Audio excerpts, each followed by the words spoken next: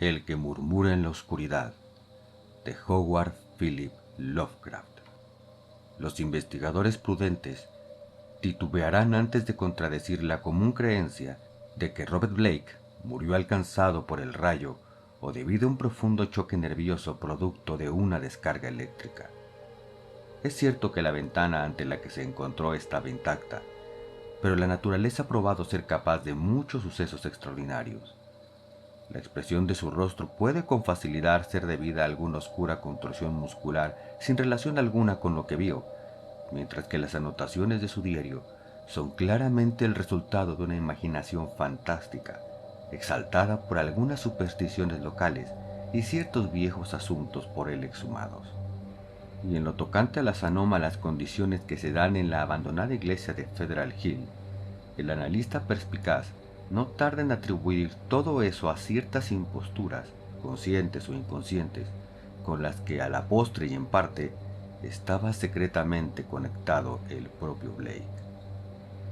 Porque después de todo, era un escritor y pintor volcado por completo en el campo de los mitos, el miedo, el terror y la superstición, siempre insaciable en su búsqueda de escenas y sucesos producidos por fuentes ajenas y espectrales. Su primera estancia en la ciudad, una visita realizada a un extraño anciano, tan dedicado al oculto y lo prohibido como él mismo, terminó entre la muerte y las llamas, y debió ser algún morboso instinto el que le hizo volver de nuevo desde su residencia de Milwaukee. Debía conocer previamente las viejas historias, no importa lo que diga en su diario, y su muerte debió cercenar de raíz algún prodigioso montaje destinado a tener más tarde su reflejo literario. No obstante, entre aquellos que han examinado y cotejado todas las pruebas por él reunidas, se encuentran algunos que se inclinan por teorías menos racionales y trilladas. Estos son dados a atribuir valor a gran parte de lo registrado en el diario de Blake y apuntan como significativos ciertos hechos, como son la indudable existencia de los archivos de la vieja iglesia, la realidad verificada de la repudiada y heterodoxa secta del saber estelar con la anterioridad a 1877, la desaparición probada de un inquisitivo reportero de nombre Edwin M. Lillibridge en 1893 y sobre todo la expresión de miedo, monstruoso y transfigurado, que congeló el rostro del joven escritor en el momento de su muerte. Fue uno de los que creían en sus afirmaciones el que, movido por el fanatismo, lanzó a la bahía la piedra de curiosos ángulos y su caja de metal, extrañamente adornada, que se había encontrado en el campanario de la vieja iglesia. El campanario negro y sin ventanas, y no la torre donde en un principio decía el diario de Blake que se hallaba la piedra.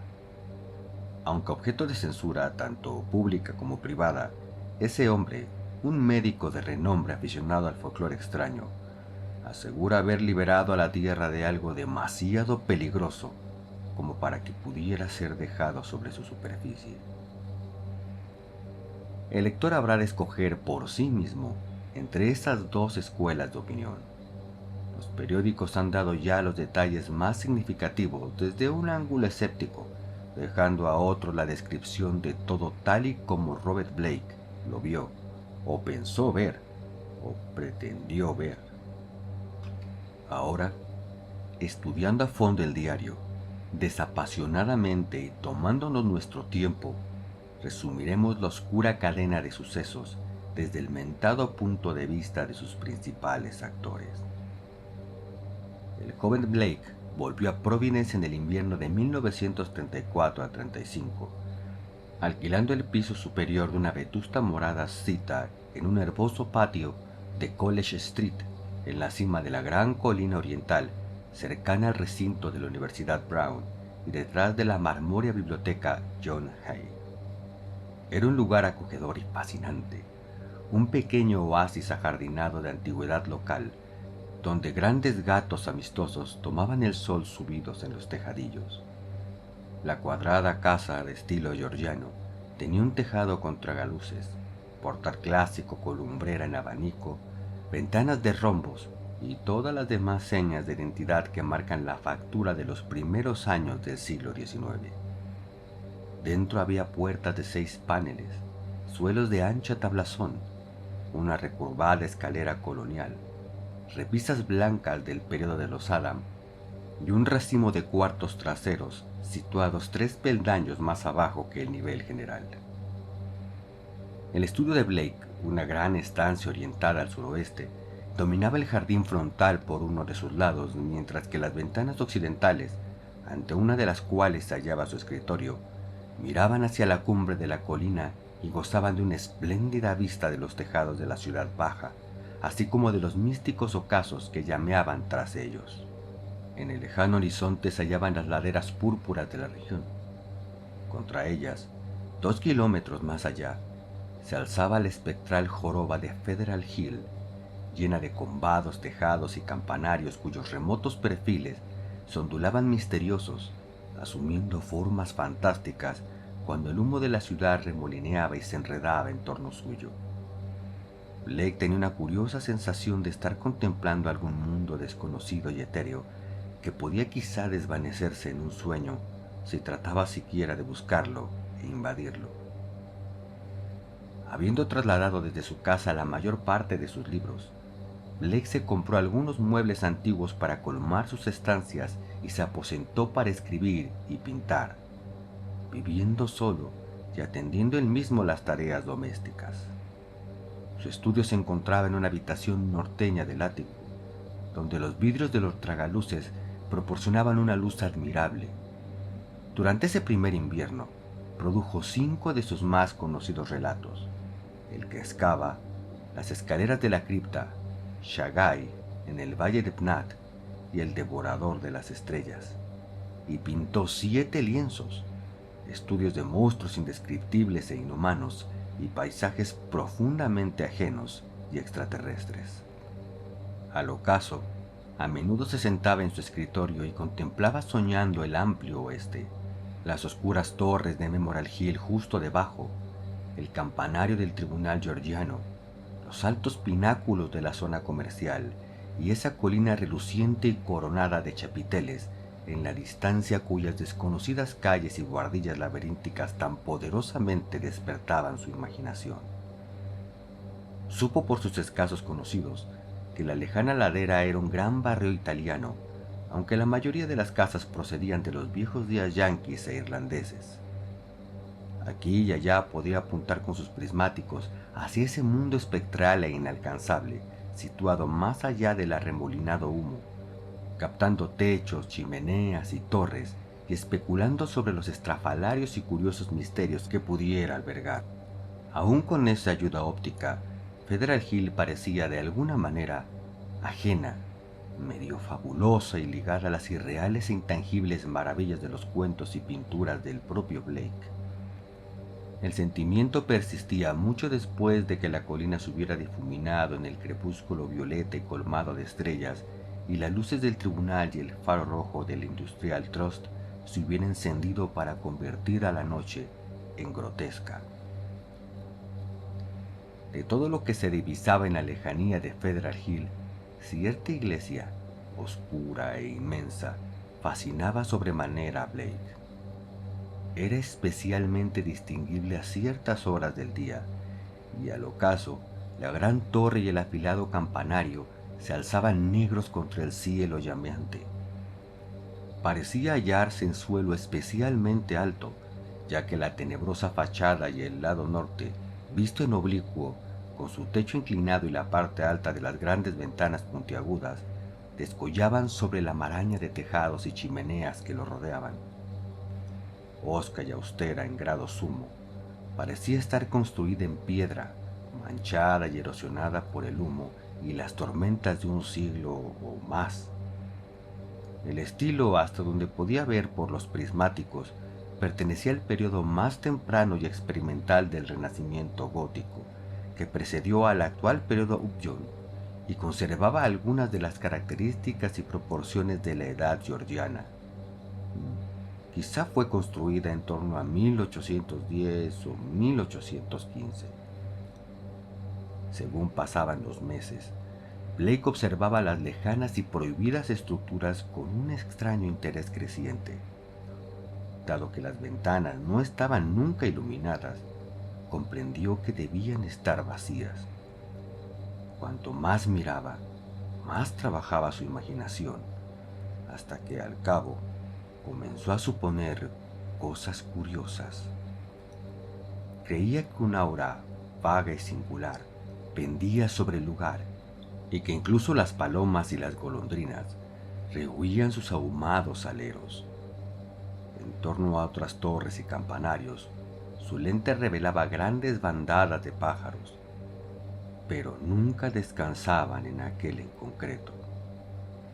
Al cabo, esa fue la conclusión a la que llegó, y así lo asentó en su diario. Señaló el lugar a varios amigos, pero ninguno de ellos había estado en Federal Hill o poseía la mínima noción de lo que la iglesia pudiera ser o haber sido. En primavera, Blake se vio atenazado por una gran desazón. Había comenzado una novela sobre la que meditaba desde hacía tiempo, basada en una supuesta supervivencia de la brujería en Maine, pero se encontraba con que era extrañamente incapaz de hacer progresos con la misma.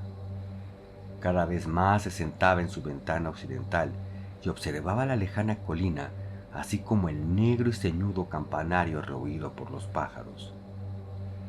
Cuando las delicadas hojas se asomaron en las ramas del jardín, el mundo se colmó de una nueva belleza, pero la desazón de Blake no hizo más que crecer. Fue entonces cuando por primera vez concibió la idea de cruzar la ciudad y aventurarse, subiendo esa fabulosa ladera, en aquel, entreverado por el humo, mundo de ensueño. A últimos de abril, justo antes de la noche de Walpurgis, inmemorialmente temida, Blake hizo su primer viaje a lo desconocido. Caminando a través de las inacabables calles de la zona comercial y de las plazas desoladas y en decadencia que había más allá, llegó por último a la avenida ascendente, con sus escaleras carcomidas por el tiempo, hundidos porches dóricos y cúpulas empañadas que le dieron la sensación de pertenecer a aquel mundo, largo tiempo conocido y sin embargo inalcanzable, que se hallaba más allá de las brumas. Había sucios letreros callejeros, blancos y azules, que nada le decían, y enseguida se percató de los rostros oscuros y extraños de los ociosos, así como de los escritos extranjeros colocados sobre curiosas tiendas en edificios parduzcos y castigados por la decadencia. En ninguna parte pude encontrar nada de lo visto desde lejos, por lo que de nuevo fantaseó con la idea de que la Federal Hill que había visto en la distancia era un mundo onírico que no estaba llamado a ser hollado por pie humano alguno. Aquí y allá aparecía la castigada fachada de una iglesia o un chapitel ladeado, pero nunca la ennegrecida masa que veía de lejos. Cuando preguntó a un tendero acerca de una gran iglesia de piedra, el hombre sonrió y agitó la cabeza, aunque sabía inglés de sobra. Según Blake subía más arriba, el lugar se iba haciendo más y más extraño, con desconcertantes laberintos de callejones parduzcos y amenazadores que llevaban más y más hacia el sur. Cruzó 2 o 3 avenidas grandes y en cierta ocasión creyó ver una torre familiar.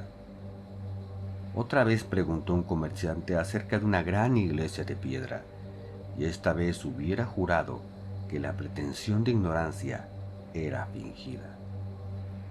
Por el rostro oscuro del hombre pasó una mirada de miedo que trató de ocultar, y Blake vio que hacía un curioso signo con su mano derecha. Luego, de repente, un negro chapitel se alzó contra el cielo nubloso a su izquierda, sobre hileras de tejados pardos que delimitaban los enmarañados callejones sureños. Blake supo al punto qué era, y fue hacia allá a través de las callejas míseras y sin pavimentar que ascendían a partir de la avenida. 2 veces se extravió, pero no se atrevió a preguntar a ninguno de los patriarcas ni las matronas que se sentaban a la puerta de sus casas ni a ninguno de los chicos que gritaban y jugaban en el barro de las oscurecidas callejas. Al fondo, vio perfilarse la torre contra el suroeste y una masa de piedras que se alzaba oscura al final de un callejón.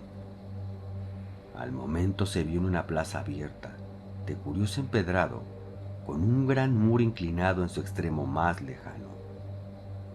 Aquel era el final de la búsqueda, ya que sobre el rellano amplio, con verja y lleno de hierbajos que se hallaban sobre el muro, un mundo separado y menor que se alzaba a su buen 1,80 m sobre las calles circundantes, se levantaba una masa hosca y titánica sobre cuya identidad, a pesar de que era la primera vez que la veía desde esa perspectiva, no podía haber duda. La vacía iglesia se encontraba en estado de gran decrepitud. Algunos de los altos contrafuertes de piedra se habían derrumbado y varios delicados remates yacían medio perdidos entre los matojos y las hierbas, pardos y abandonados. Las ennegrecidas ventanas góticas estaban casi intactas, aunque muchas de sus columnillas habían desaparecido. Blake se preguntó cómo podían haber sobrevivido aquellos cristales de tétricas pinturas en vista de los más que conocidos hábitos de los chiquillos de la vecindad. En torno al borde del muro inclinado, cerrando por completo el terreno, había una herrumbrosa verja de hierro cuya puerta, situada al final de un tramo de peldaños que partían de la plaza, estaba obviamente candada. El camino que iba de la puerta al edificio estaba sepultado bajo la mala hierba. La decadencia y la desolación pendían como un dosel sobre todo el lugar, y ante los aleros sin pájaros y los muros negros y desprovistos de hiedra, sintió algo vagamente siniestro que no podía definir. Había muy poca gente en la plaza, pero Blake vio a un policía en el extremo norte y se aproximó para preguntarle por la iglesia. Era un irlandés grande y agradable, y resultó extraño que hiciera poco más que esbozar el signo de la cruz y musitar que la gente nunca hablaba de ese edificio. Cuando Blake insistió, dijo apresuradamente que los curas italianos ponían a todos en guardia contra el edificio, jurando que una monstruosa maldad había morado una vez ahí y dejado su marca. Él mismo había oído oscuros rumores sobre el mismo de labios de su padre, que recordaba ciertos sonidos y habladurías de su infancia. Había habido ahí antaño una secta maligna, una secta sin ley que invocaba espantosos seres procedentes de desconocidas cimas de oscuridad. Hizo falta un buen sacerdote para exorcizar a lo convocado, aunque lo sabía que afirmaban que con la luz bastaba. Si el padre O'Malley aún viviera, podría contar muchas cosas, pero ahora no había nada que hacer excepto mantenerse alejados. Ya no albergaba a nadie y sus dueños estaban muertos o lejos. Habían huido como ratas tras de que corrieran amenazadoras historias en el 77, cuando la gente comenzó a reparar en cómo las personas desaparecían de vez en cuando en la vecindad. Algún día la municipalidad daría el paso y se haría con la propiedad por falta de herederos, pero nada bueno le vendría a nadie que tuviera relación con aquello. Lo mejor sería dejarla abandonada a los años hasta que se cayera. No fuera que se despertase lo que debía dormir por siempre en su negro abismo. Cuando el policía se marchó, Blake se quedó mirando la sombría masa del campanario. Le excitó el hecho de que aquella estructura resultase tan siniestra para otros como para él, y se preguntó qué grado de verdad podría haber detrás de los viejos cuentos que el guardia le había repetido. Lo más probable es que se tratasen de viejas leyendas provocadas por el maligno aspecto del lugar, pero aún así era como una extraña invasión en la vida real de sus propias historias.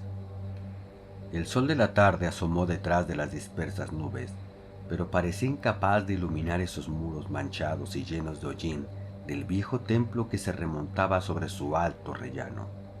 Resultaba extraño que el verde de la primavera no hubiera tocado los pardos y marchitos arbustos de ese patio alto y cercado de hierro. Blake se encontró bordeando el área, al tiempo que examinaba el muro inclinado y la verja oxidada en busca de posibles vías de acceso. Había una terrible atracción en ese ennegrecido templo, algo que lo hacía irresistible. La verja no mostraba aberturas cerca de la escalera, pero hacia el lado norte había algunas barras sueltas. Podía subir la escalera y circundar por el angosto borde de fuera, por la verja, hasta llegar al hueco. Si de veras la gente temía tanto al lugar, nadie se opondría a su paso. Estaba al pie del muro y casi dentro de la verja antes de que nadie pudiera verlo. Luego, al mirar hacia abajo, constató que la poca gente que había en la plaza se apartaba y hacía con la mano derecha el mismo signo que hiciera el tendero de la avenida. Algunas ventanas se cerraron y una mujer gorda salió como una flecha a la calle para arrastrar a algunos mocosos al interior de una casa desvencijada y sin pintar. El boquete en la verja era muy fácil de pasar, y enseguida Blake se encontró deambulando entre los podridos y retorcidos matojos del patio abandonado. Aquí y allá, gastados muñones de lápidas le indicaban que había habido entierros ahí, pero por lo visto debió ser hacía mucho tiempo. La inmensidad de la iglesia era, ahora que se encontraba tan cerca, opresiva, pero se hizo fuerte y se acercó a tantear las 3 grandes puertas de la fachada principal. Todas estaban cerradas a cal y canto, por lo que comenzó a rodear el ciclope edificio en busca de alguna abertura menor y más accesible. Incluso entonces no estaba muy seguro de desear entrar en esa guarida de abandono y sombras, aunque el tirón de lo extraño le arrastraba sin pensar. Una ventana abierta y sin enrejado del sótano en la saga del edificio le proporcionó la entrada que necesitaba. Atisbando en el interior, Blake vio una cima subterránea de telarañas y polvo débilmente iluminada por los rayos del sol occidental que lograban filtrarse. Escombros, viejos barriles, cajas rotas y muebles de todo tipo se mostraron a su ojo, aunque sobre todos ellos había una capa de polvo que redondeaba las aristas. Los oxidados restos de una calefacción de aire mostraban que el edificio había sido usado y conservado hasta por lo menos el periodo medio victoriano. Actuando así, sin intención consciente, Blake reptó a través de la ventana y se descolgó hasta el suelo de cemento, lleno de escombros y alfombrado de polvo. El sótano abovedado era inmenso, sin tabiques, y en una esquina lejana y a la derecha vi una negra arcada que llevaba sin duda hacia arriba. Sufrí una peculiar sensación de agobio respecto a aquel edificio grande y espectral, pero lo sobrellevó para explorar con cautela y encontró un barril casi intacto entre el polvo. Lo hizo rodar hasta debajo de la ventana abierta, proveyéndose así de un medio de salida. Luego, cobrando valor, cruzó el espacio ancho y lleno de telarañas, dirigiéndose al arco. Medio tapado por el omnipresente polvo y cubierto por las fantasmales gasas de telaraña, subió por los gastados peldaños de piedra que se remontaban en la negrura. No llevaba luz consigo, pero iba tanteando cuidadosamente con las manos. Tras un brusco giro, tocó una puerta cerrada y a tientas palpó el antiguo picaporte. Se abría hacia adentro y más allá se hallaba un corredor tenuemente iluminado, cubierto de artesonados comidos por los gusanos. Ya en la planta baja, Blake comenzó a explorar con rapidez. Todas las puertas interiores estaban abiertas, por lo que pudo pasar con libertad de cuarto en cuarto. La colosal nave resultaba un lugar casi fantasmal, con sus montones de polvo apilados sobre bancos de madera, altar, púlpito con forma de reloj de arena y plataforma, y titánicos cordones de telaraña tendidos entre los puntiagudos arcos de la galería y enlazando las agrupadas columnas góticas. En esa silenciosa desolación danzaba una espantosa luz plomiza, fruto de los rayos que el poniente sol vespertino lanzaba a través de los extraños y medio ennegrecidos cristales de las grandes ventanas del ábside. Las pinturas de esas ventanas estaban tan oscurecidas por el hollín que Blake apenas pudo entrever lo que representaban, pero de lo poco que consiguió ver, llegó a la conclusión de que no le gustaban nada. Los diseños eran de lo más convencionales y gracias a sus conocimientos del simbolismo oscuro, pudo reconocer muchos de aquellos antiguos motivos.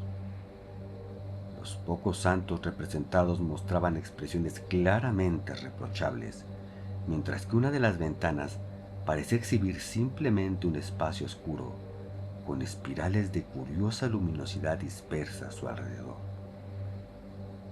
Apartándose de las ventanas, Blake descubrió que la cruz, cubierta de telarañas, que había sobre el altar, no era de las normales, sino que recordaba la primordial Ankh o cruz ansada del tenebroso Egipto. En la sacristía, situada detrás junto al ábside, Blake encontró un armario podrido y baldas que iban de suelo a techo, con enmohecidos libros en proceso de desintegración.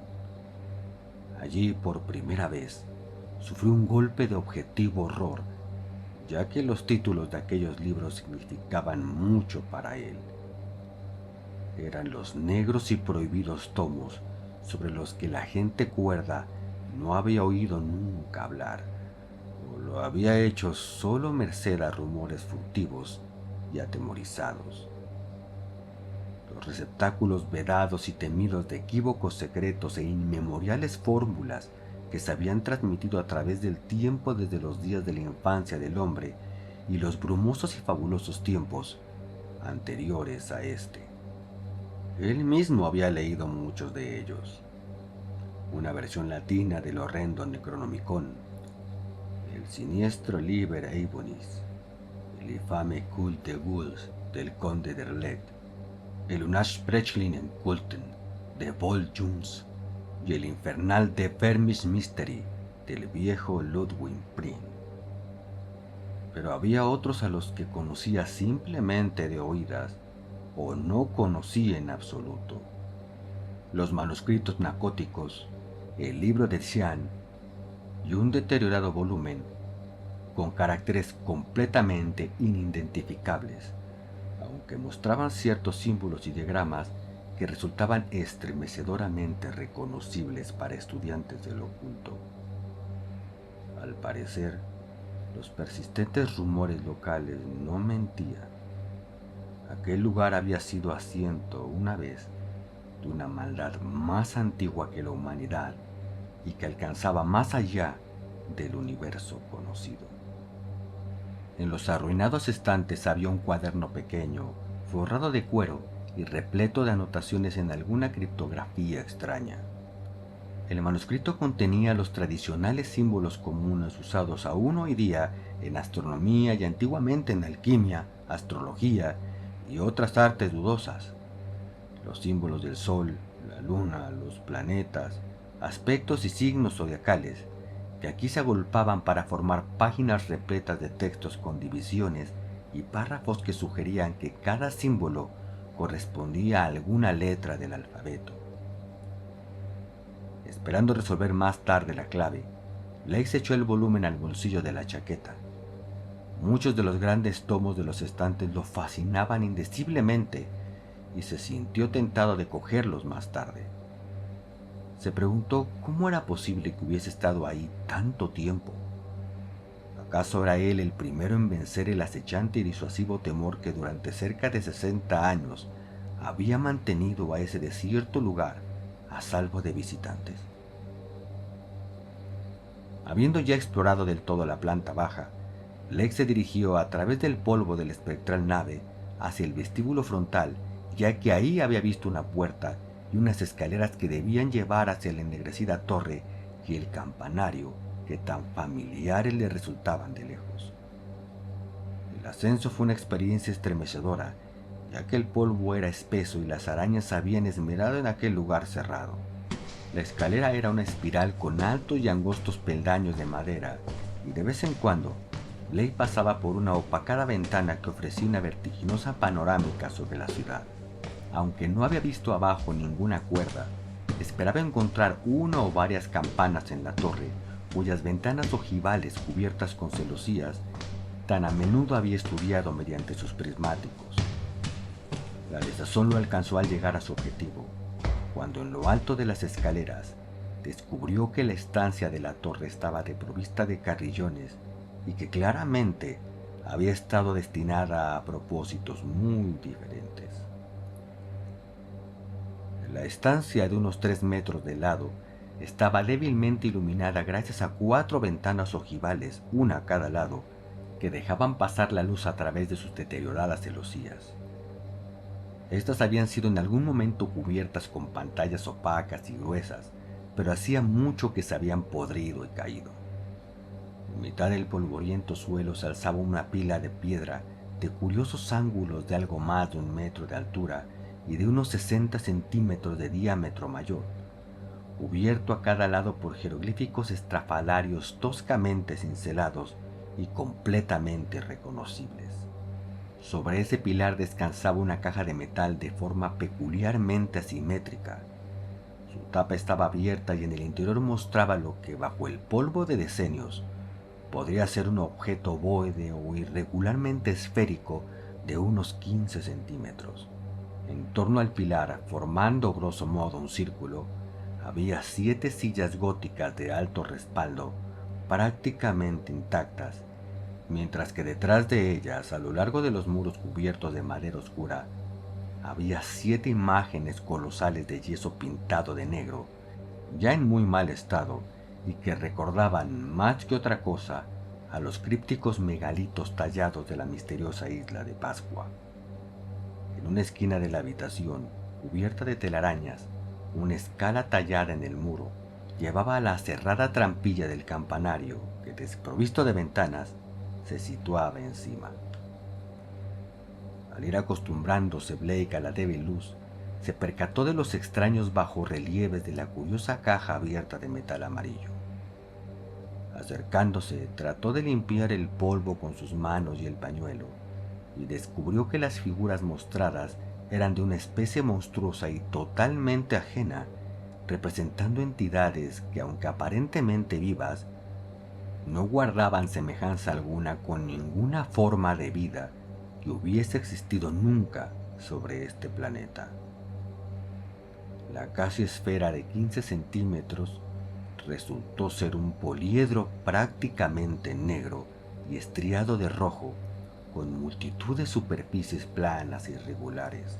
Un curioso cristal de alguna especie o quizá un mineral artificialmente tallado y pulido.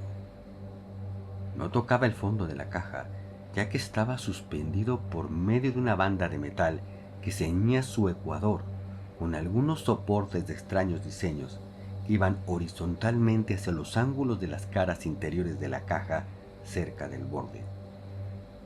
Esa piedra, una vez expuesta, ejerció sobre Blake una fascinación casi alarmante. Apenas podía apartar los ojos de ella, y según miraba sus resplandecientes superficies, casi imaginó que era transparente, con mundos de prodigio a medio formar en su interior. En su mente flotaban imágenes de orbes alienígenas con grandes torres de piedra y otros mundos con montañas titánicas y sin vestigios de vida, y esparcidos aún más remotos donde solo una agitación en la vaga negrura hablaba de la presencia de conciencia y vida. Cuando apartó la vista, se percató de un singular montón de polvo situado en una esquina lejana, cerca de la escala del campanario.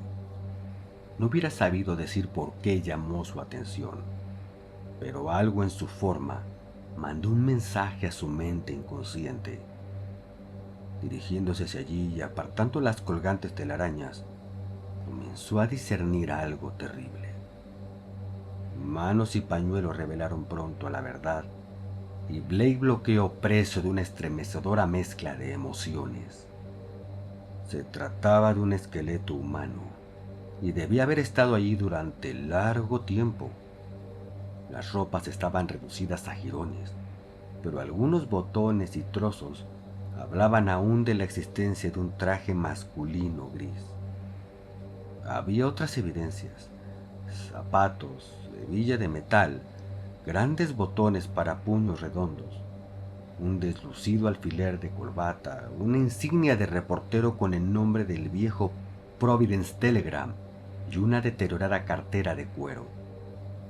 Blake examinó esta última con cuidado y encontró algunos billetes antiguos, un calendario de celuloide de 1893, algunas cartas con el nombre de Edwin B. Lillibridge y un papel escrito. Ese papel era de naturaleza desconcertante y Blake lo leyó con cuidado a la tenue luz de la ventana occidental. El deslavado texto incluía frases como las que siguen. El profesor Enoch Bowen volvió de Egipto en mayo de 1844. Compró la vieja iglesia Freewill en junio. Sus estudios y trabajos arqueológicos en materias ocultas son bien conocidos. El Dr. Drowning, de la Iglesia Baptista de la calle Cuarta, previno contra la secta del saber estelar en un sermón del 29 de diciembre de 1844. La congregación contaba con 97 miembros a finales del 45. 1846. 3 desapariciones. Primera mención al trapezoide resplandeciente. 7 desapariciones en 1848. Comienzan a correr historias sobre sacrificios humanos. La investigación de 1853 no llega a ninguna conclusión. Corren historias sobre sonidos. El padre O'Malley habla sobre adoración al diablo hecha mediante una caja encontrada en grandes ruinas egipcias. Dice que convoca a algo que no puede sobrevivir a la luz del día. Huye de la luz tenue y desaparece ante la intensa. Entonces tiene que ser convocado de nuevo. Probablemente ha sacado todo esto de las confesiones que hizo en su lecho de muerte a Francis X. Finley, que se había unido a la sabiduría estelar en el 49. Esa gente dice que el trapezoide resplandeciente les muestra el paraíso y otros mundos, y que el que susurra en la oscuridad les comunica de alguna forma secretos. Lo que dice Orrin B. Eddy en 1857. Lo convocan mirando el cristal y tienen un lenguaje secreto que usan entre ellos. 200 fieles o más en 1863, todos hombres. Algarada de muchachos irlandeses contra la iglesia en 1869, luego de la desaparición de Patrick Reagan. Velado artículo en J el 14 de marzo del 72, pero la gente no le presta atención. 6 desapariciones en 1876. Un comité secreto se entrevista con el alcalde Doyle. Se prometen medidas en febrero de 1877.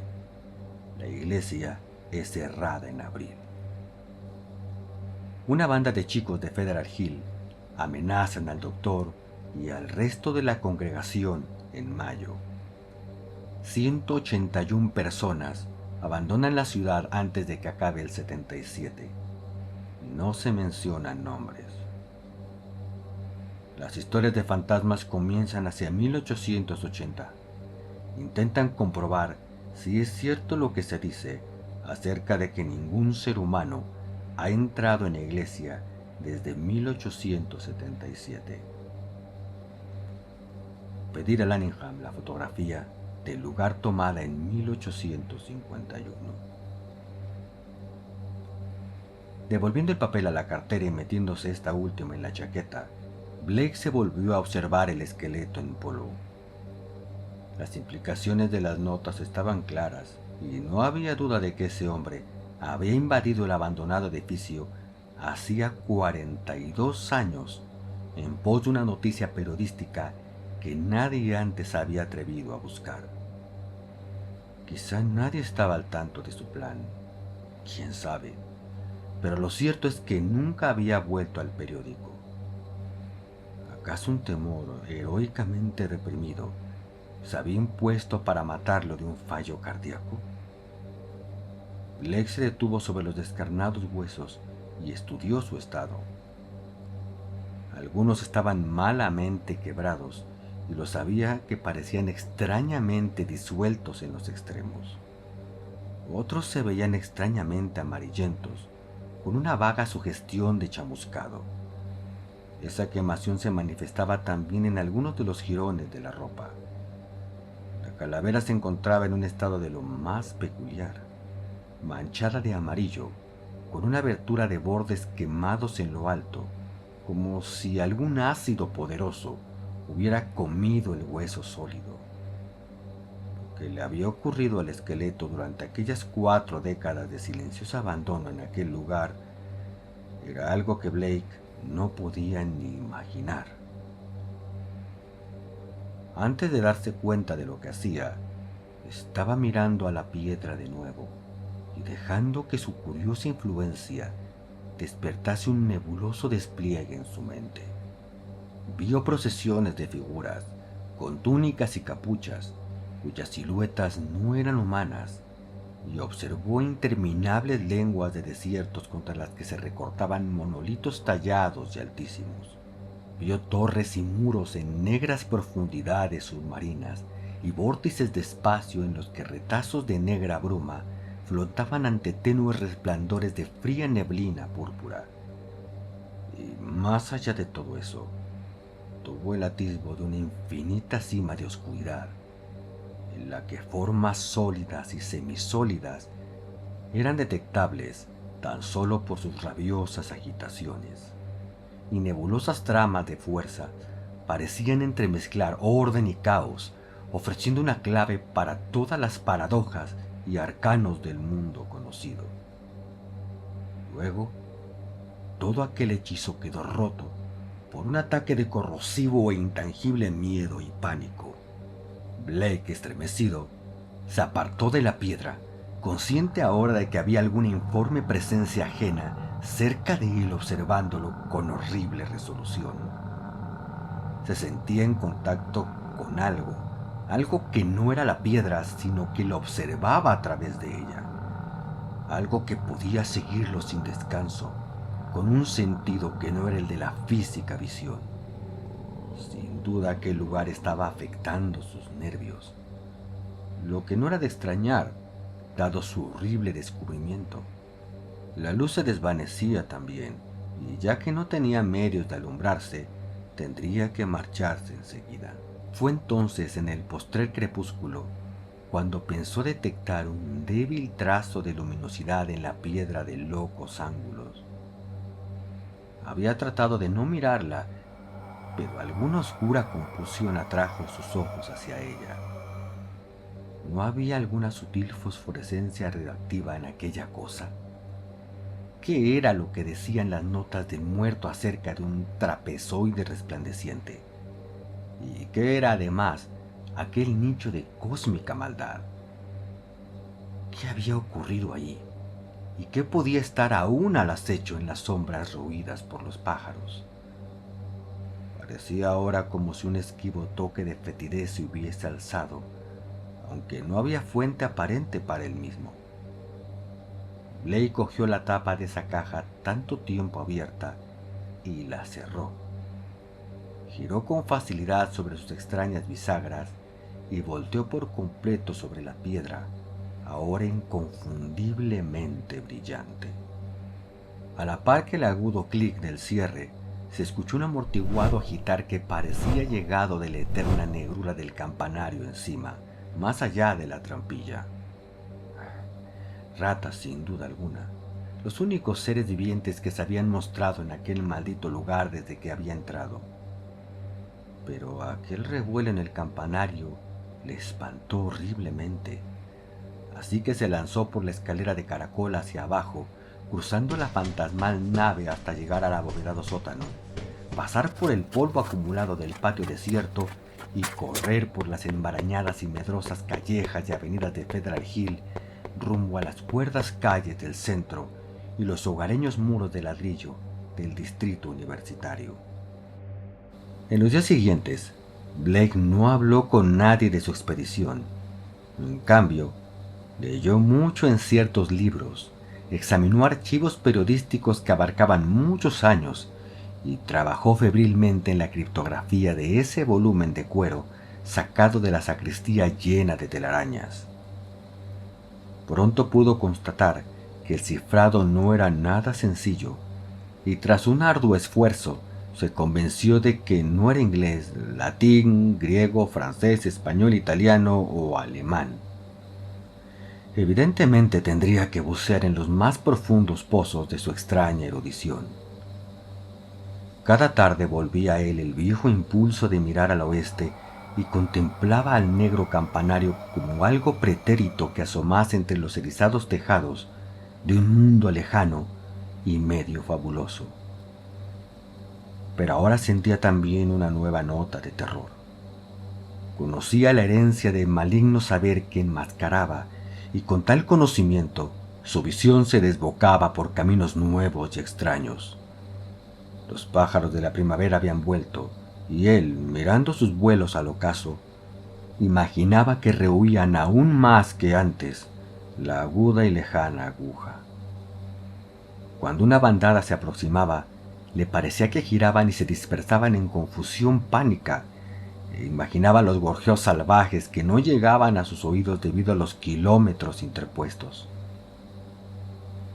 Fue en junio cuando el diario de Blake registra su triunfo sobre la clave. Descubrió que el texto estaba en el oscuro lenguaje Clo, usado por ciertos cultos de maligna antigüedad y con el que se había topado varias veces en investigaciones previas. El diario se muestra extrañamente reticente sobre lo que Blake logró descifrar, pero resulta patente que éste había quedado espantado y aturdido por lo descubierto. Había referencias a él que susurra en la oscuridad, que despierta cuando alguien mira dentro del trapezoide resplandeciente, y locas conjeturas sobre las negras cimas de caos desde las que había sido convocado. El ser es descrito como depositario de todo conocimiento, ansioso de sacrificios monstruosos. Algunas de las anotaciones de Blake muestran miedo de que el ser, que parecía poder ser convocado mediante una mirada, volviera a rondar el mundo, aunque añadía que las luces callejeras formaban una barrera que no podía traspasar. Hablaba a menudo del trapezoide resplandeciente, describiéndolo como una ventana a todo tiempo y espacio, y consignando su historia desde los días en que fue fabricado en el oscuro Yugot, antes incluso de que los antiguos llegasen a la Tierra. Fue colocado y atesorado en su curiosa caja por los seres crinoideos de la Antártida, rescatado de sus ruinas por los hombres serpientes de Valusia y contemplado eones más tarde en Lemuria por los primeros seres humanos. Cruzó extrañas tierras y extraños mares y se hundió con la Atlántida antes de que un pescador minoico lo sacara en su red y lo vendiera a los cetrinos mercaderes de las sombras de Kem. El faraón Nefrem-Ka construyó en torno suyo un templo con una cripta sin ventanas, lo que hizo que su nombre fuera borrado de todo monumento y toda crónica. Luego durmió en las ruinas de ese maligno recinto, destruido por los sacerdotes y el nuevo faraón, hasta que la pala de los excavadores lo sacó una vez más para esparcir su maldición entre la humanidad. A principios de julio los periódicos suministraron una extraña confirmación a las anotaciones de Blake, aunque lo hizo de forma tan breve y casual que solo el diario logra establecer la conexión. Al parecer, nuevos terrores rondaban Federal Hill desde que un forastero había invadido la temida iglesia. Los italianos hablaban de desacostumbrados chirridos y golpes y rasguños en el oscuro campanario sin ventanas, y recurrían a sus sacerdotes para ahuyentar a un ser que rondaba sus sueños. A veces, decían, se quedaba acechando a una puerta, esperando que estuviese lo bastante oscuro como para cruzar. Los artículos mencionaban las seculares supersticiones locales, pero no fueron capaces de arrojar mucha luz sobre ese nuevo avatar del horror. Estaba claro que los jóvenes reporteros contemporáneos no eran muy duchos en historia. Al consignar todo eso en su diario, Blake expresaba una curiosa especie de remordimiento y menciona el deber de enterrar el trapezoide resplandeciente y espantar lo que había evocado, dejando entrar la luz del día en ese odioso chapitel. Al mismo tiempo, no obstante, mostraba la peligrosa extensión de su fascinación y admitía una ansia morbosa, presente incluso en sus sueños, por visitar la torre maldita y contemplar de nuevo los cósmicos secretos de la piedra resplandeciente. Luego, una noticia en el Journal matutino del 17 de julio provocó en el escritor un verdadero horror febril. Se trataba tan solo de una variante de aquellos reportajes medio humorísticos sobre la inquietud que sacudía Federal Hill. Pero para Blake supuso algo terrible. Durante la noche, una tormenta eléctrica había averiado el alumbrado de la ciudad durante una buena hora, y en ese negro intervalo los italianos se habían vuelto casi locos de miedo. Aquellos que vivían cerca de la temida iglesia habían jurado que el ser del campanario se había aprovechado de la falta de luces callejeras para bajar a la nave de la iglesia, aleteando y golpeteando en una forma viscosa y sumamente horrible. Al final había vuelto a la torre, donde se oyeron sonidos de cristal roto. Podía ir a donde quiera que hubiese oscuridad, pero la luz siempre la hacía huir. Cuando volvió la corriente, hubo una estremecedora conmoción en la torre, ya que incluso el débil resplandor que se filtraba a través de las ventanas oscurecidas por la mugre y cubiertas con pantalla era demasiado para hacer. Golpeó y se escurrió hacia su tenebroso campanario justo a tiempo, ya que una buena dosis de luz podría haberlo enviado de vuelta al abismo del que aquel loco forastero le había sacado. Durante la hora de oscuridad, un gentío que rezaba se había congregado en torno a la iglesia bajo la lluvia, con velas y lámparas que protegían mediante paraguas y papeles. Una guardia de luz dispuesta a proteger a la ciudad de la pesadilla que rondaba en la oscuridad. En cierta ocasión, aquellos que estaban más cerca de la iglesia declararon que la puerta exterior se había sacudido de forma espantosa. Pero ni siquiera eso fue lo peor. Esa tarde, en el boletín, Blake leyó lo que los periodistas habían encontrado. Conscientes por fin del fenomenal valor de todas esas noticias, un par de ellos habían desafiado a las frenéticas multitudes de italianos, reptando al interior de la iglesia a través de las ventanas del sótano, luego de tratar en vano de abrir las puertas. Se encontraron con que el polvo del vestíbulo y de la espectral nave estaba removido de forma muy singular, así como con restos de cojines podridos y del forro del satén de los bancos dispersos por todas partes. Aquí y allá habían manchas amarillentas y lugares que parecían chamuscados. Al abrir la puerta que llevaba a la torre y detenerse un momento ante la sospecha de un sonido de rasguño arriba, descubrieron que la estrecha escalera espiral había sido limpiada por el paso de algo. En la propia torre reinaban condiciones similares.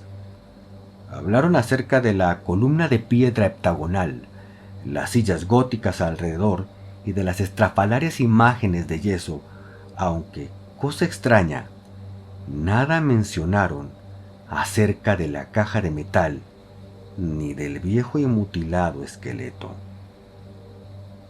Lo que más perturbó a Blake, dejando de lado el asunto de las manchas y las quemaduras así como el mal olor, fue ese detalle final que explicaba el sonido de cristales rotos.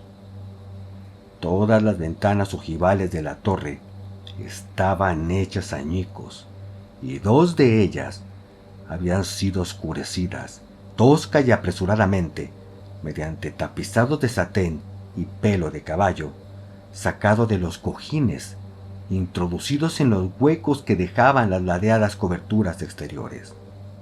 Más fragmentos de satén y montones de crines yacían dispersos en torno al suelo recién barrido, como si alguien hubiera sido interrumpido cuando trataba de devolver a la torre a la absoluta negrura propia de los días en que estaba totalmente guardada por cortinas. También había manchas amarillentas y trozos quemados en la escala que llevaba al chapitel sin ventanas, pero cuando un periodista ascendió por ella, abrió la trampilla horizontal y proyectó un débil rayo de luz a través de aquel espacio negro y de una extraña fetidez, nada vio, excepto oscuridad y una heterogénea pila de fragmentos informes cerca de la abertura. El veredicto fue, por supuesto, de superchería. Alguien había gastado una broma a los supersticiosos habitantes de la colina, o puede que algún fanático se hubiera aprovechado de esos miedos para sus propios fines. Quizá incluso algunos de los más jóvenes y sofisticados habitantes del lugar habían montado una elaborada broma a costo del mundo exterior. Hubo un divertido colofón cuando la policía envió a un agente a corroborar tales informes. 3 hombres, uno tras otro, encontraron la forma de zafarse de esa misión, y el cuarto, que se mostró de lo más reacio, volvió enseguida y sin nada que añadir a lo comunicado por los periodistas. De ahí en adelante, el diario de Blake muestra una creciente marea de insidioso horror y aprensión nerviosa. Se recrimina por no hacer nada y especula extravagantemente sobre las consecuencias que pudiera tener otro corte eléctrico. Se ha constatado que en 3 ocasiones durante tormentas con relámpagos, telefoneó bastante alterado a la compañía eléctrica para inquirir acerca de las medidas de emergencia a tomar contra un corte del suministro. Cada 2 por 3, sus anotaciones vuelven sobre el hecho de que los reporteros no llegaron a encontrar la caja de metal ni el viejo esqueleto tan extrañamente dañado durante su exploración de la ensombrecida estancia de la torre. Suponía que habían retirado ambas cosas, aunque a dónde y quién lo había hecho era algo sobre lo que no podía especular. Pero sus peores miedos le concernían a él mismo y a la especie de impía ligazón que existía entre su mente y ese horror acechante del lejano campanario. Ese ser monstruoso y nocturno al que su imprudencia había convocado desde las supremas negruras del espacio. Parecía sentir una atracción constante que arrastraba su voluntad, y testigos de esa época recuerdan cómo se sentaba abstraído en su escritorio y miraba por la ventana hacia esa lejana colina cubierta de chapiteles y situada más allá de los remolineantes humos de la ciudad. Hay una mención a la noche en que despertó para descubrirse completamente vestido, en la calle y yendo cuesta abajo por College Hill hacia el oeste. Una y otra vez se reafirmaba en la idea de que el ser del campanario sabía dónde hallarlo. La semana siguiente al 30 de julio es recordada como el momento en que se produjo el desplome parcial de Blake. No se vestía y pedía la comida por teléfono. Los visitantes reparaban en las cuerdas que tenía cerca de la cama y él se justificaba diciendo que el sonambulismo le había obligado a atarse cada noche los tobillos con la idea de que lo retendrían o lo despertarían antes de desatarse. En su diario habla de la espantosa experiencia que lo llevó al colapso. Luego de acostarse la noche del 30, se había encontrado de repente moviéndose a tientas por un espacio casi completamente oscuro. Todo lo que podía ver eran líneas cortas, débiles y horizontales de luz azulada, oler un hedor que lo impregnaba todo y escuchar una curiosa sarta de débiles y furtivos sonidos encima de él. Cada vez que se movía tropezaba con algo, y a cada sonido le llegaba una especie de ruido en respuesta encima de su cabeza. Un vago remover mezclado con el cauteloso deslizar de madera sobre madera. Tanteando, sus manos fueron a topar con un pilar de piedra sin nada encima, y más tarde se encontró aferrando los travesaños de la escalera tallada en el muro para trepar hacia arriba, hacia algún lugar lleno de intenso hedor, desde donde surgía un cálido abrasador soplo que golpeaba contra él. Ante sus ojos se desplegó una calidoscópica gama de fantasmales imágenes que se disolvían a intervalos en la visión de un inmenso e insondable abismo nocturno en el que giraban soles, mundos e incluso una negrura aún más profunda. Recordó las antiguas leyendas del caos supremo, en cuyo centro se aposenta el dios ciego e idiota Satot, el señor de todas las cosas, rodeado por su maleable horda de bailarines amorfos y sin mente, acunado por los agudos y monótonos sones de demoníacas flautas tocadas por zarpas indescriptibles. Luego, un fuerte sonido procedente del mundo exterior se abrió paso a través de su aturdimiento y le hizo consciente del tremendo horror de la posición en la que se hallaba. ¿Qué fue exactamente? Nunca lo supo. Quizá algún tardío estallido de los fuegos artificiales que se escuchaban durante todo el verano en Federal Hill, cuando sus habitantes festejaban a sus diversos patronos o a los santos de sus pueblos natales en Italia. En cualquier caso, lanzó un alarido, se dejó caer frenéticamente por la escalera y fue dando tumbos a ciegas por el suelo cubierto de escombros a lo largo de aquella estancia casi a oscuras en la que se hallaba. Supo de inmediato qué lugar era aquel y se lanzó sin demora por la estrecha escalera de caracol, tropezando y golpeándose a cada vuelta. Hubo una carrera de pesadilla a través de una nave inmensa llena de telarañas, cuyos fantasmales arcos se sumían en una oscuridad acechante. Un pasar a ciegas a través de un sótano cubierto de escombros y el ascenso a regiones exteriores llenas de aire y luces callejeras, así como una loca fuga por una espectral colina de buhardillas torcidas, luego a través de una ciudad hosca y silenciosa de torres negras, y por último, cuesta arriba hacia el barranco oriental, hasta llegar a su propia y antigua casa. Al recobrarse la mañana siguiente, se encontró yaciendo en el suelo del estudio completamente vestido. Estaba cubierto de suciedad y telarañas, y cada centímetro de su cuerpo parecía dolorido y magullado. Al mirarse al espejo, vio que su pelo estaba seriamente abrasado y que un olor extraño y maligno parecía manar de las ropas de su parte superior. Fue entonces cuando sus nervios cedieron. En adelante se quedó descansando, envuelto en una bata, haciendo poco más que mirar desde la ventana occidental, estremeciéndose cada vez que sonaba un trueno y haciendo extrañas anotaciones en su diario. La gran tormenta se desató justo antes de la medianoche, el 8 de agosto. Los rayos cayeron en multitud de ocasiones por todas partes en la ciudad y se informó acerca de 2 grandes bolas de fuego. La lluvia se hizo torrencial mientras un constante resonar de truenos rompía por cientos sin pausa. Blake se volvió frenético en sus temores acerca del sistema eléctrico e intentó telefonear a la compañía alrededor de la 1, aunque en esos momentos el servicio había sido temporalmente interrumpido por razones de seguridad.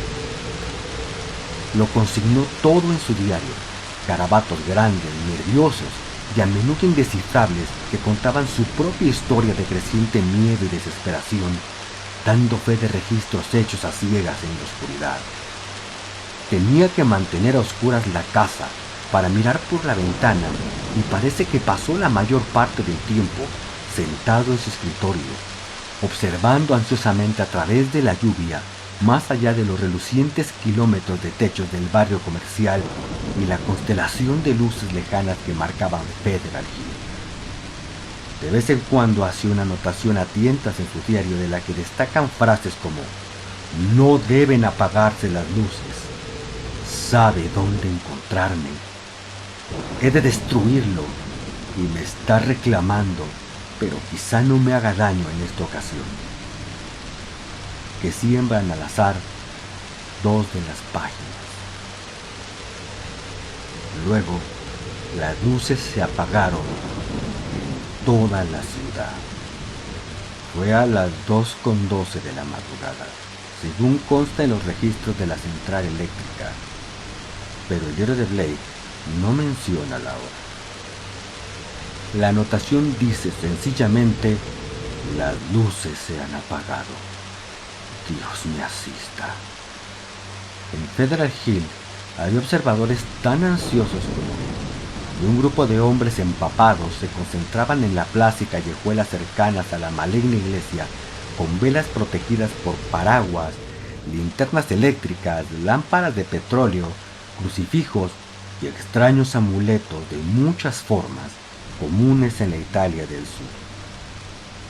Rezaban a cada restallar del relámpago y realizaban crípticos signos con sus manos diestras según las variaciones de la tormenta hacía que los relámpagos menguasen hasta cesar del todo.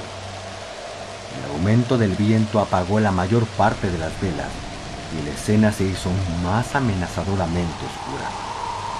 Alguien avisó al padre Merluzzo de la iglesia del Espíritu Santo y éste se apresuró a acudir a la ensombrecida plaza con las primeras sílabas de aliento que le vinieron a la cabeza. Ya no cabía duda alguna de que de la oscura torre salían sonidos incesantes y curiosos. De lo acaecido a las 2:30 de la madrugada, tenemos los testimonios del sacerdote, una persona joven, inteligente y de buena cultura, el patrullero William J. Monaghan de Central Station, un agente de la mayor confianza que se había detenido en esa parte de su ronda para inspeccionar a la muchedumbre, y de los de la mayor parte de los 78 hombres reunidos en torno al muro y el rellano de la iglesia, especialmente aquellos que estaban en la plaza, en donde la fachada oriental era visible. Por supuesto, no sucedió nada que se pueda demostrar que fuera contrario al orden natural. Hay multitud de causas que pueden explicar lo que sucedió. Nadie puede decir con certeza qué oscuros procesos químicos se desencadenan en un edificio grande, antiguo, mal ventilado y vacío desde hace mucho, que se haya abarrotado de contenidos diversos. Vapores nefíticos, combustión espontánea, presión de gases surgidos de la descomposición. Innumerables fenómenos pueden haber sido los responsables. Y desde luego, no puede descartarse alguna superchería organizada. Lo que ocurrió en sí mismo es algo bastante simple y no ocupó más allá de 3 minutos. El padre Merluzzo, hombre preciso en todo momento, miró repetidas veces su reloj. Comenzó con una audible serie de sonidos tenues, como de hurgar dentro de la Torre Negra. Durante cierto tiempo se había notado la vaga presencia de olores extraños y malignos que surgían de la iglesia, y ahora se tornaron punzantes y ofensivos.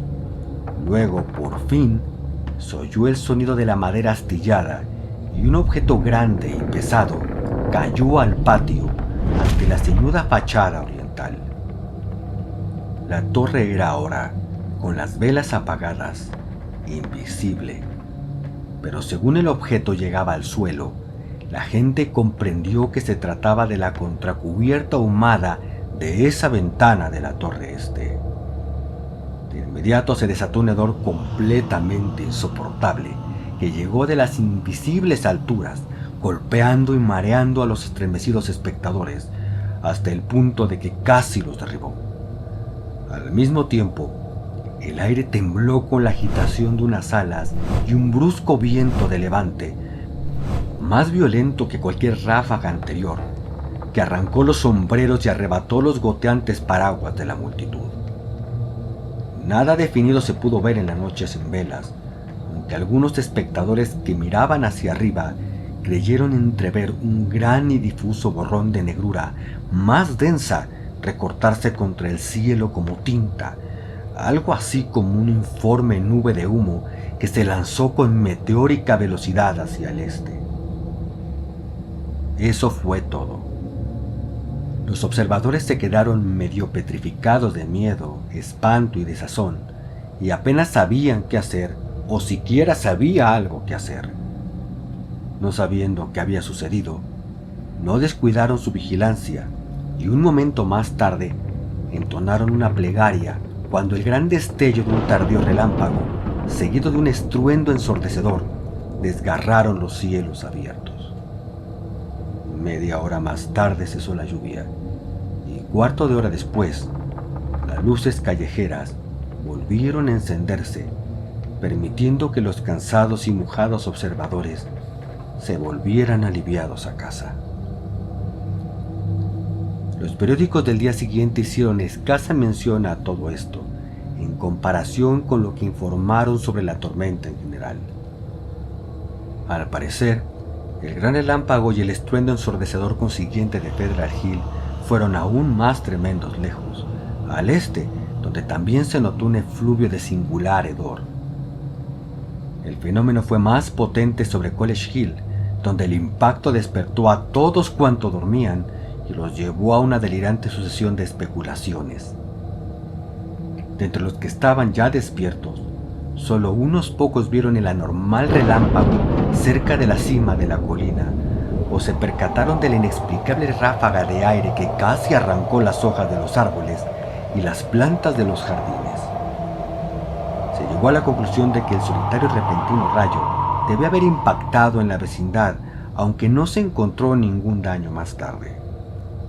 Un joven de la fraternidad Tau Omega creyó haber visto una grotesca y espantosa masa de humo en el aire, justo al desatarse el relámpago previo, pero su apreciación no ha sido constatada. Los escasos observadores coinciden, no obstante, en el violento soplo del oeste y en la ola de intolerable hedor que precedió al posterior impacto, al tiempo que es igualmente general la apreciación tocante al olor a quemado que siguió al impacto. Todo eso fue discutido con sumo cuidado debido a su probable relación con la muerte de Robert Blake. Estudiantes de la casa Psi Delta, cuyas ventanas superiores miraban al estudio de Blake, se fijaron en la desdibujada cara que se asomaba a la ventana oeste la mañana del 9 y se preguntaron qué era lo raro en esa expresión.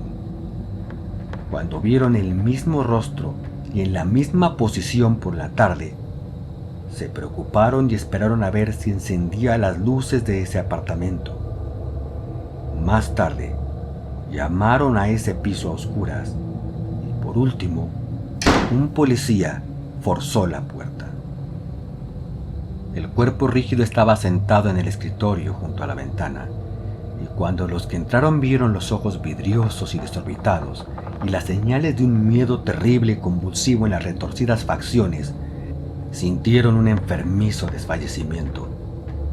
Poco después, el médico forense lo examinó y, pese a las ventanas intactas, dictaminó que la causa de la muerte era un choque eléctrico o un golpe nervioso causado por una descarga. Pasó por alto la espantosa expresión, achacándola con toda probabilidad a la profunda conmoción experimentada por una persona de imaginación tan anormal y emociones tan desbocadas. Dedujo la existencia de tales cualidades a partir de los libros, pinturas y manuscritos hallados en el apartamento y de las anotaciones ciegamente garabateadas en el escritorio del diario. Blake había seguido sus frenéticos apuntes hasta el final y encontraron el lápiz con la punta rota en su crispada mano derecha.